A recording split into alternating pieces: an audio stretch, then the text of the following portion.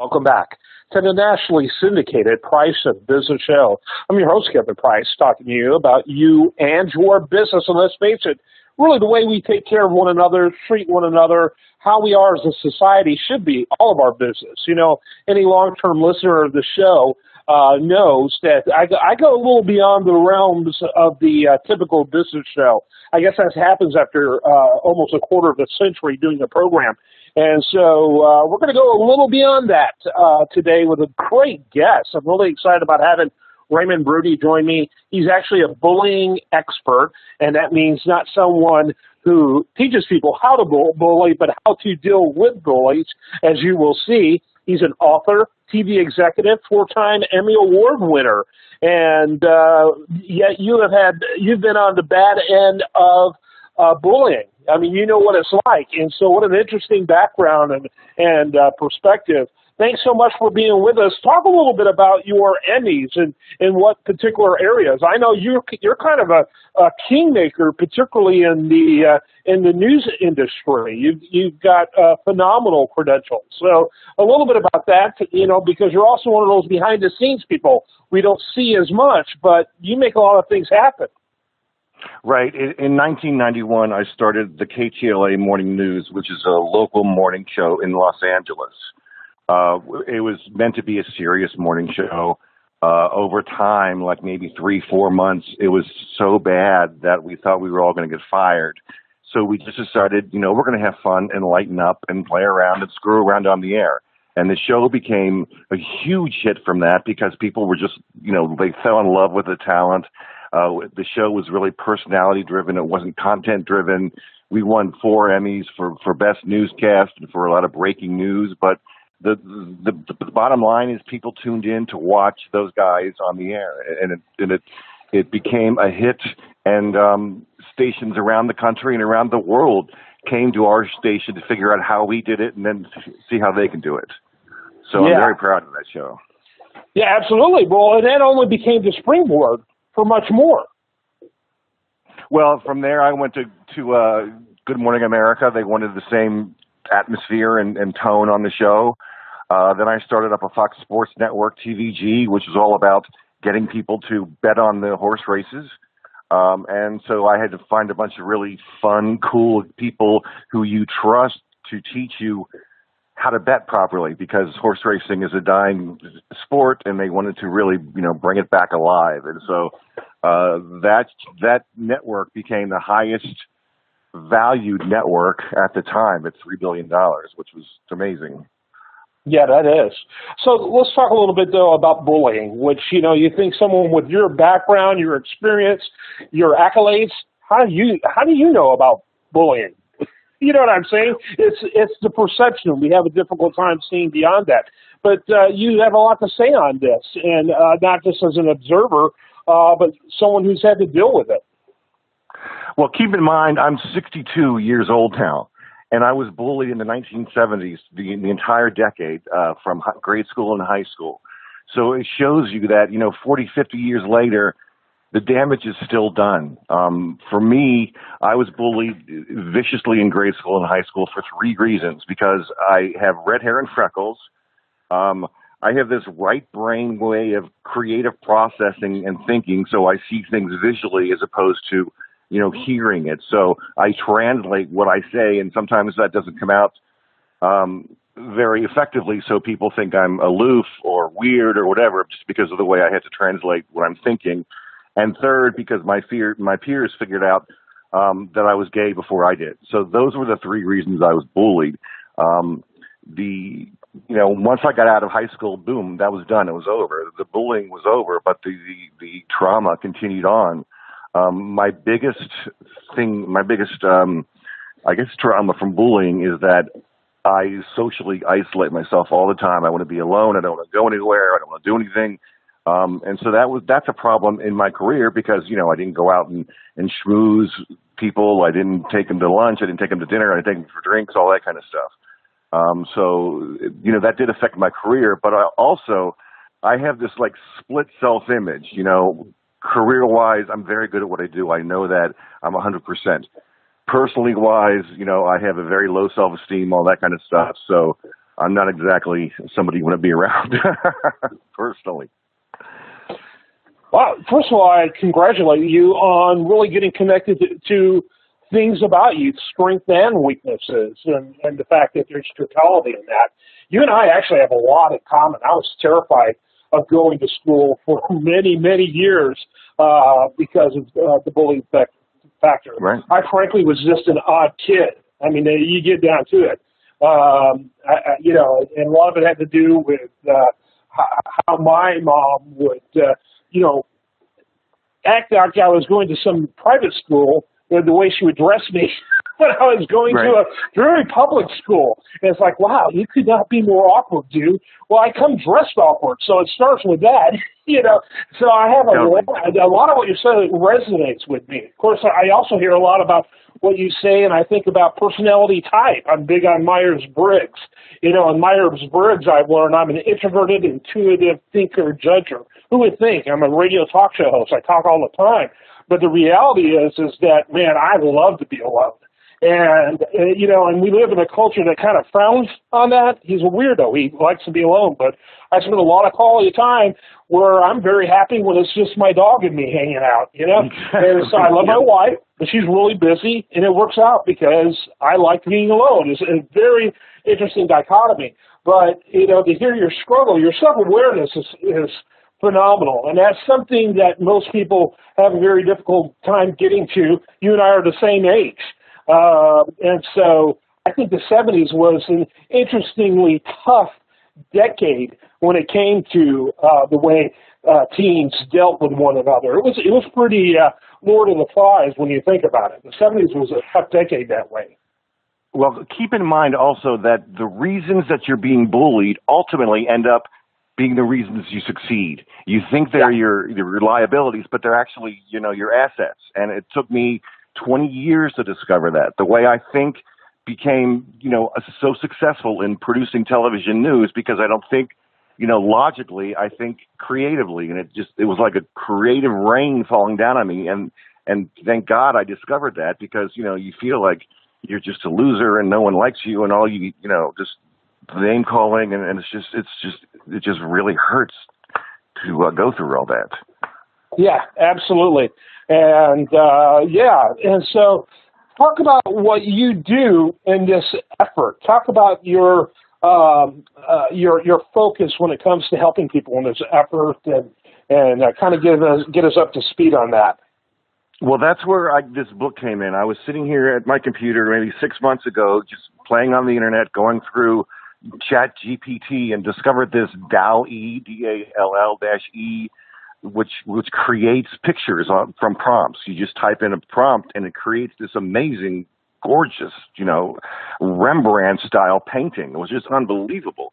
And so I was going, I've been wanting to write a book about bullying for so long, but I just never had the peg for it because how many times do you want to read, oh, they called me Gay Ray, So finally I came across this thing where I can create images of my trauma points from those days. And then what I discovered after creating all these images is that, oh my God, these images are healing. They're making me reframe my trauma from what I saw then, and they're taking the power away from bullies, and I'm actually feeling better. I'm not as depressed as I usually am. That cloud over me is dissipated. And people around me are like, my God, what's happened to you? You're so different now. So I wrote the book to say, look, you can change. You can get rid of this trauma by reframing it, by creating pictures of that trauma, and then seeing it in a different perspective. That's interesting. That is interesting. What will they think of next, as they say? By the way, what part of the country did you grow up in? Cincinnati, Ohio. Cincinnati, Ohio. Yeah.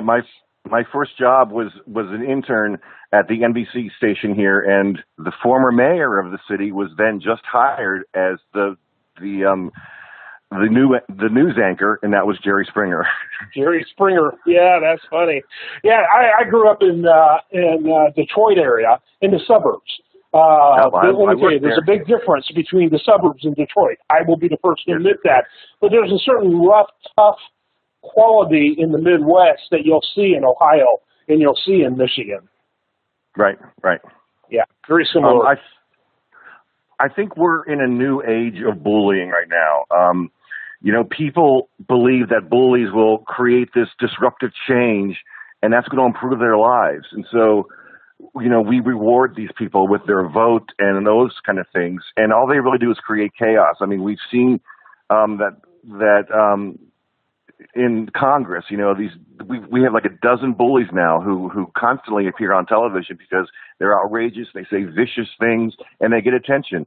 And kids see that and think, oh, if I become a bully, I too will get noticed and get some attention. And I think that's a serious, serious problem that we're facing at the moment. Oh, absolutely. I would call, and by the way, I don't like either party. I think both presidential candidates, including Harris, all of them are inadequate. Both parties show what happens when there's a lack of competition. And when there's only two parties being considered, that is a lack of competition. But Donald Trump is the bullier in chief. He is the prototype on bullying. And, and now the Republican side of the U.S. House is, just has so many, mini-me's of Donald Trump running around. And these people don't legislate. They could care less about legislating. In fact, some of them will tell you that legislating is a really bad thing. They won't say that in direct terms, but they believe getting things done undermines, obstruction, which is really all they care about. And all they want to do is raise money. And the uglier they are and the angrier they are, the more money they can raise. It's very dystopian. And for us, it's, the last several elections, it's like choose the best of the two worst options. There's never an obvious choice anymore. Yeah. That's why, in my opinion, if you don't live in one of the 7 states that, that are really up for contention, you ought to vote anyone but the two major parties. If you're not committed to, either of the two major parties, because what we have to do is get a shift of people thinking, that we only have two parties. The reality is that I wouldn't consider myself a libertarian, and frankly, it's become a wacko party in the past decade or so. But then again, look at the Republicans and Democrats. I mean, they're like having a contest over wacko. But I'm going to vote libertarian in this election because they're the only third party that's on every ballot in every state.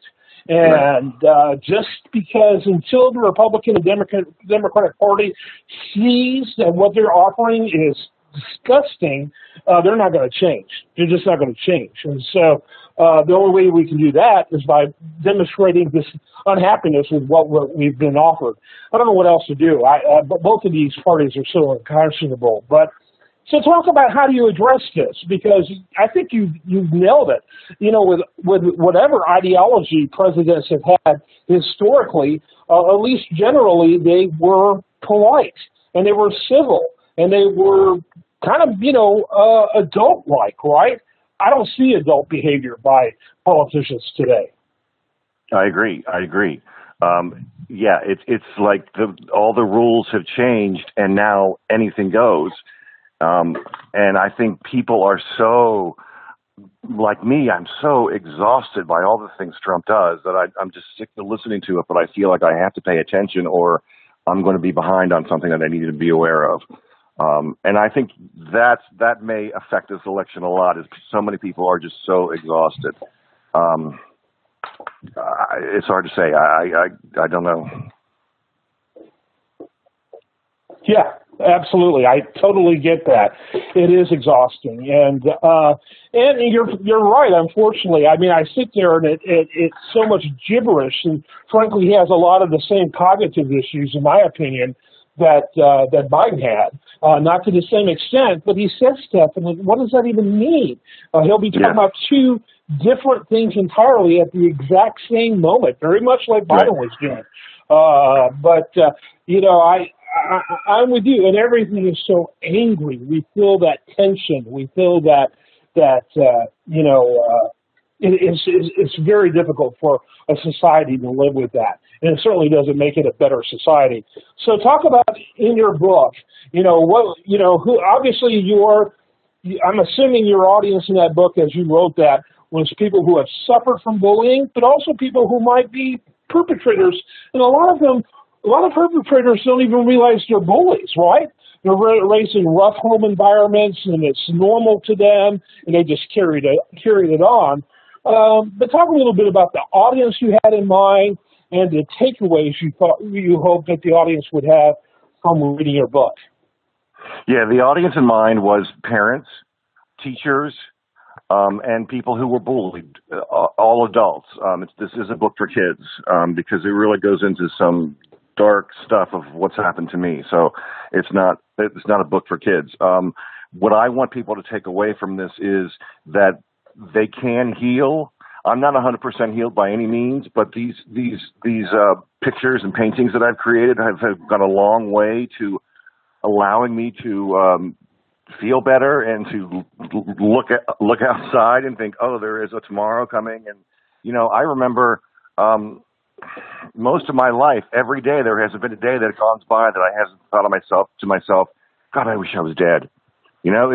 That's just the way it was in my head. And now it's like the other day, my mind said to me, I'm proud of you. It's like I've never heard my inner voice say that to me before. I know that sounds kind of silly and ridiculous, but it was like a profound moment because my inner voice is even changing based on allowing myself to see from a different perspective what happened to me and see that they don't hold any power over me anymore.